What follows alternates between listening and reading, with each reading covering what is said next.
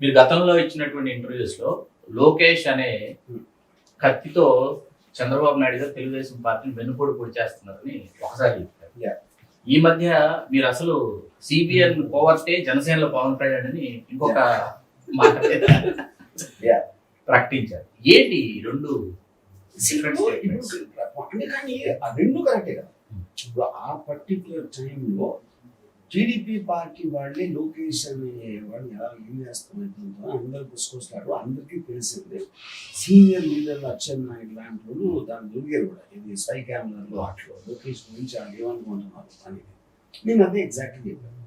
కాకపోతే ఈ తండ్రి ప్రేమతోటి అది కాదని లేక అప్పుడు ఏమవుతుంది, Lokesh will become one of the weapons for the death of TDP party అని నా అభిప్రాయం చెప్పాను. ఇప్పుడు ఇక్కడ పొద్దున్న లెగిస్తే ఇంతవరకు ప్రపంచ చరిత్రలో లేకుండా ఒక పార్టీకి సంబంధించిన మనిషి కాన్స్టెంట్ గా ఇంకో పార్టీ గురించి మాట్లాడటం అనేది నేను ఎప్పుడు చూడలేదు. నాకు తెలిసి ప్రపంచంలో ఎక్కడ జరగలేదు ఇంతవరకు.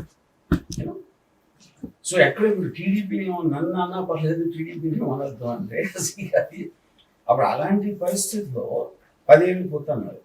అప్పుడు మీకు శుభ్రంగా హ్యాపీగా ఎండార్స్మెంట్ చేసినట్టు ఎవరు అమితాబ్ వచ్చిన వాళ్ళు, లేకపోతే పెద్ద స్టార్ ఉన్నారు, వాళ్ళు సోపు ఇదిగో ఎండోర్ చేసి సినిమా స్టార్స్ వచ్చి చెప్తారు కదా, అలాంటివి ఇచ్చేసి మీకు కావాల్సింది తీసుకుని మీ సినిమా తీసుకోవచ్చు కదా.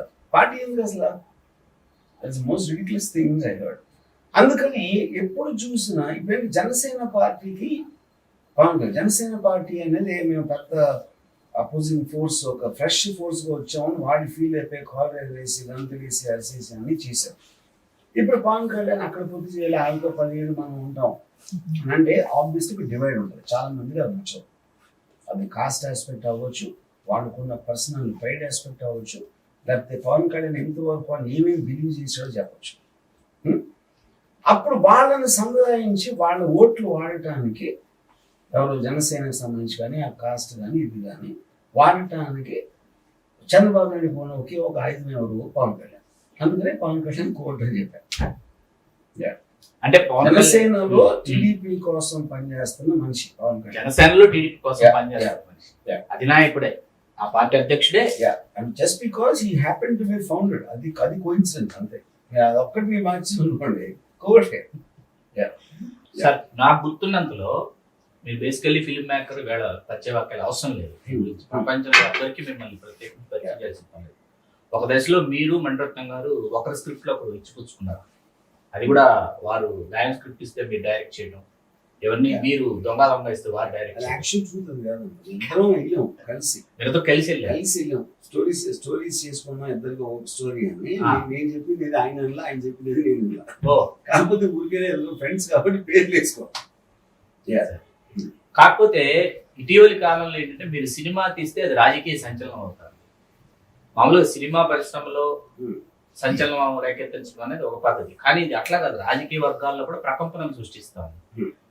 ఫిల్మ్ మేకర్ అయినటువంటి రామ్ గోపాల్ వర్మ ఎందుకు రాజకీయ నాయకుడిగా ఒక సరికొత్త అవతారం, లేకపోతే రాజకీయ విశ్లేషకుడిగా ఇంకో సరికొత్త అవతారం దాల్చాడని అనుకుంటున్నారు? ఎందుకంటే మీరు ట్వీట్ చేస్తే వెంటనే సినిమా వాళ్ళకంటే ముందు రాజకీయ నాయకులు చాలా మంది రిప్లైలు ఇవ్వడమో లేకపోతే రీట్వీట్ చేయడం జరుగుతుంది.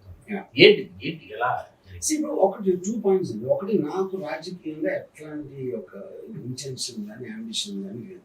ఎందుకంటే నాకు ప్రజల సేవ అనేది చాలా పెద్ద హెడేక్తో కూడిన విషయం. అలాంటి హెడేక్స్ నేను పెట్టుకున్నాను. నేను ఫిల్మ్ మేకర్గా ఆల్వేస్ నాకున్న ఎఫినిటీ కొంచెం realistic characters, realistic powerful people, unexpected situations, dramatic aspect అనేది నేను అట్రాక్ట్ అవుతాను. దాంట్లో ఎక్కడైంది ఎన్టీ రామారావు వైస్రాయ్ ఇన్సిడెంట్ వలన అది చేసాం. ఇప్పుడు ఇక్కడ వైఎస్ఆర్ గారు లాంటి మా మనిషి హఠాత్తుగా పోయినప్పుడు అది క్రియేట్ చేసిన ఒక పొలిటికల్ వాక్యూమ్ ని ఫిల్ చేయడానికి ఎలాంటి వ్యూహాలు పొందుతారు అనేది ఆ డ్రామాటిక్ ఆస్పెక్ట్ అనేది నన్ను అట్రాక్ట్ చేసింది. That's universal story. అది ఫిక్షనల్ పీపుల్ అనేది కూడా ఇంట్రెస్టింగ్ ఉంటుంది. సిడ్నీ షెల్డన్ బ్లడ్ లైన్ అని బుక్ ఉంటుంది. బ్లడ్ లైన్ ఆల్సో పెద్ద కంపెనీ ఓనర్ సడన్ గా పోతే అక్కడి నుంచి తన కూతురు ఎలాగా ఈ పక్కన రిలేటివ్స్ చేసి అది అన్ని ఎలా వచ్చింది. సో ఆల్మోస్ట్ దానికి సిమిలారిటీ ఉంది. సో అప్పుడు అలాంటి కాంటెక్స్ట్ ని మనం నిజంగా మన కళ్ళ ముందు జరిగినది నాకు తెలిసిన క్యారెక్టర్స్, రియల్ లైఫ్ లో పాలిటీషియన్స్ పొద్దున్న లెగిస్తే అందరూ మీడియాలో ఉంటారు. వాళ్ళందరినీ తీసుకెళ్లి సినిమాలో పెట్టడం అనేది నాకు ఒక ఎక్స్ట్రాడినరీ ఐడియా అనిపించింది. That is how it started. So ఇది అయిపోయిన తర్వాత ఇప్పుడు మీరు ఇందాక చెప్పింది, నేను ఆబ్వియస్లీ పొలిటికల్ ఆస్పెక్ట్స్ మీద సినిమా తీసి పొలిటికల్ పీపుల్ మీద సినిమా తీసినప్పుడు అది కరెంట్ ఆస్పెక్ట్లు వాళ్ళందరూ ఇప్పుడే రిలవెంట్ కాబట్టి దానికి తోడు పైగా ఎలక్షన్ ఎదురుకు వస్తాం. అందుకని వీళ్ళందరూ ఏంటి ఏం తీసాడు, ఏంటి బాత్రూమ్ ఏం చూపెడతారా అని ఒక ఇది వచ్చేసింది, క్యూరియాసిటీ. అంటే ఎప్పుడు ఎన్నికలకు ముందే ఇటువంటి ఒక వాతావరణం మీరు సృష్టిస్తారని మీ మీద ఒక టాక్ నడుస్తూ ఉంటుంది. అంటే ఇప్పుడు రెండే నేను చేసాను. లక్ష్మీ ఒకటి, లక్ష్మీ కూడా మన దానిలో రిలీజ్ అవ్వదు ఆ టైంలో బికాస్ ఆఫ్ సమ్ ఇష్యూలో.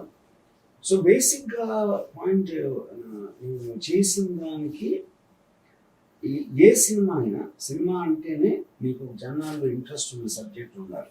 ఫిక్షనల్ అవ్వచ్చు, నాన్ ఫిక్షన్ అవ్వచ్చు, బయోపిక్ అలాంటిది అవ్వచ్చు. ఆటోమేటిక్గా కరెంట్ ఉన్న పాలిటిక్స్ వాళ్ళ మధ్యలో ఉన్న డ్రామా బేసిస్ ఇది రాలేదు కాబట్టి that is my attraction to